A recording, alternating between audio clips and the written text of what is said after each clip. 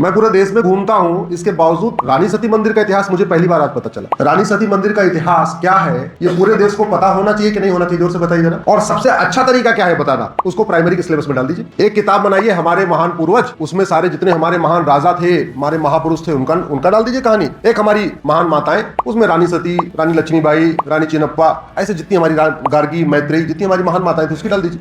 बच्चे को पता होगा सर पूरा इतिहास। प्राइमरी स्कूलिंग तो सब बच्चे करते हैं ना, तो सारे बच्चों को अगर बताना तो सबसे बढ़िया तरीका क्या होता है, स्कूल का सिलेबस ठीक कर दिया जाए। इसीलिए मैंने एक PIL फाइल किया जो कोर्ट में चल रही है। मैंने ये कहा है कि मुगल चले गए, तो जब मुगल चले गए तो मुगलों का मदरसा क्यों चल रहा है? अंग्रेज है कि चले गए? तो जब अंग्रेज चले गए तो उनका मैकाले स्कूल, उनका मिशनरी स्कूल, उनका मॉन्टेसरी स्कूल क्यों चल रहा है? देश आजाद हो गया ना, भारत बन गया ना, भारत का संविधान लागू हो गया ना, तो स्कूल में हमारी किताबें पढ़ाई जानी चाहिए, हमारे इतिहास पढ़ाया जाना चाहिए, हमारे महापुरुषों को पढ़ाना चाहिए, या बाबर, हुमायूं, तुगलक, गजनी, गोरी, खिलजी और विक्टोरिया को पढ़ाना चाहिए। तो बदलेगा कौन? ना आप बदल सकते हैं ना मैं बदल सकता हूं। तो मैं जो कर सकता था वो मैं सुप्रीम कोर्ट से कर सकता हूं। आपको क्या करना है, आपको अपने सांसदों को पकड़ना है, अपने विधायकों को पकड़ना है, और जो सवाल मैं यहां करता हूं या जो सवाल मैं अपने वीडियोस में, अपने कार्यक्रमों में बोलता हूं, वो सारे सवाल उनसे पूछने शुरू करिए। उनसे पूछो कि भैया तुम्हें वेतन, भत्ता, गाड़ी, बंगला जो मिलता है, तुम्हें मिलता किस लिए है? तुम्हें मिलता है गुरु गोलवलकर जी का सपना साकार करने के लिए, तुम्हें मिलता है डॉक्टर हेडगेवार जी का सपना साकार करने के लिए। चलो इतना भी कहने में दिक्कत आ रही है तो कम से कम ये बोलो तुम्हें मिलता है भारत का संविधान लागू करने के लिए। किसी भी देश का संविधान उसी देश की संस्कृति को मजबूत करने के लिए होता है, विदेशी संस्कृति को नहीं।